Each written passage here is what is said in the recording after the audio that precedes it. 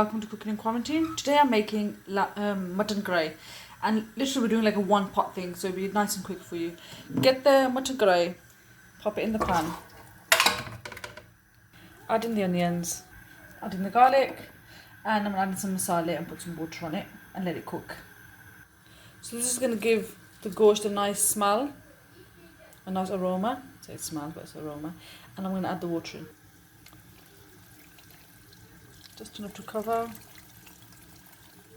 And cover it and let it cook. The amount of onions you put in depends on how much gravy you want. Okay, I've put in 3 onions and 5 garlic cloves, and I'm just going to let it cook. I'm going to add in tomatoes and pop it in and let it cook. Just trying to make it the simplest karahi really. All the flavours go in there, and then at the end you just toss it around in a karahi and it tastes nice. 3/4 teaspoon of salt to pop in as well. Okay, so it's been about an hour and it is starting to soften, the gosht is. What I'm going to do is a small amount of stock that's left. I'm going to drain that out so that the tomatoes and onions are still there, and I'm going to cook that in the wok and I'll use the stock later. So now because the garlic and everything has disintegrated inside the gosht itself, now it's just a case of frying. So we're going to heat the oil up first and then we'll add in the gosht. Okay, so Bismillahirrahmanirrahim. Add in the gosht. It is quite tender, alhamdulillah. So I just want to keep everything on a high heat. So we're going to add yogurt to it as well. We don't want it to completely mush up. Adding the spices in. So I've got red chili powder, paprika, salt, and garam masala. Bismillah.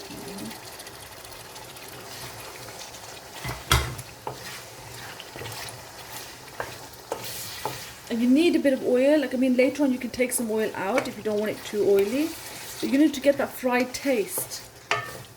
You do need to have like oil in it. While I'm cooking it slightly before we put the yogurt in, I'm going to add in half the ginger I've got. I'll write down now exactly how much ginger I'm putting in, but I'm literally putting half of it in now. Half of the coriander. Bismillah. I'm just going to mix it around for a bit.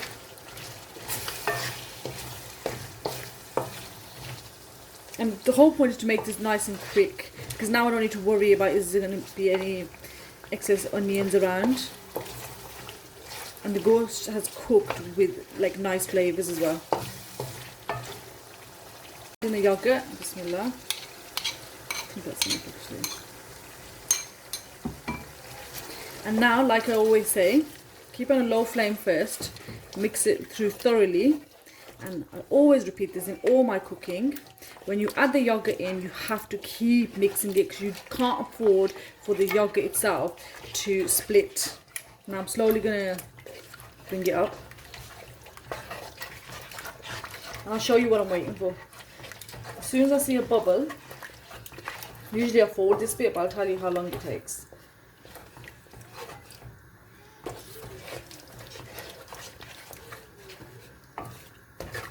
Keep mixing it. So every time I stop, what I do is I try to see if they can see a bubble or anything. Yeah, so I can see it bubbling. Now I can slowly just mix it every now and then. I'm going to add in some of my lovely green coriander. It's a green coriander paste. Basically, I'm putting in my chutney. So if you look down one of my videos, you'll see. Actually, I'll put a link down the bottom of my lovely chutney. Got a nice tang to it. I'm putting 2 teaspoons of it and mixing it in. Gonna give it a nice taste, like a different taste. You want to like the karahi should taste really nice and different. See how the colour's coming back anyway, so I'm just frying it. I'm gonna taste it to see if it's got enough chilies. If it needs more, I'll put in the set of chilies that I've got. If it doesn't, then I won't. So, Bismillahirrahmanirrahim. I have to take the thicker paste, don't just take. Can you see? So now as I'm cooking, I'm going to add in the rest of the ginger. one of the green chilies, and the rest of the coriander. Alhamdulillah. Just carry on frying it for a bit. And that's it. See, so the initial thing, the good thing with this is, once you put the tomatoes and the onions and the garlic into the stock itself, I literally went to school, dropped my kids off, dropped my other kid off, got a few shopping, and then when I came back, it was mostly done. And this just literally like went to be like about 2 minutes. Well, I'm exaggerating there. About 5 to 10 minutes. But it's the quickest part, it's the most enjoyable part actually. But you have to be careful that the mutton is not completely soft. It's just soft enough, so I like my ghost when I eat it to be like just peel off into your mouth. So it has to be just under that. So that once it's cooked and everything, I'm going to put a bit of the stock in and let it cook a little bit longer in the flavours that it's got. And then it'll be like, oh, if you wait for another half an hour or something, it'll just melt in your mouth, ghost kind of thing. And I'm telling you, always taste your food. So as I've tasted this, I can see the tang in it, and it tastes really nice. If I just popped the whole pot in and then tasted it, that would have been silly. You can actually make this, like if I didn't add the paprika in, it's very similar to the white chicken, the white karahi gosht. So it would be like a white colour. I prefer red, my family prefers red. I need to kind of wean them in to different shades of like andi. But colour sometimes does matter, so that's why I put the paprika in. It's more so for the colour than the flavour. Okay, if you wanted to, you could have added the extra chilli if you want a proper kick to it, or more. This is, for me, is just right for my kids, because I love for them to taste the flavours, for it to be chilly but not too chilly, even though I can take quite a lot of heat. So towards the end now, you can put it in the stock and leave it exactly how it is. Or another addition is split chilies.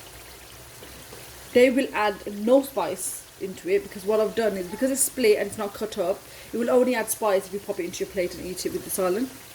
So I'm thinking I had 2 or 3, and then I'm going to add in the bit of stock that we had left. Bismillah.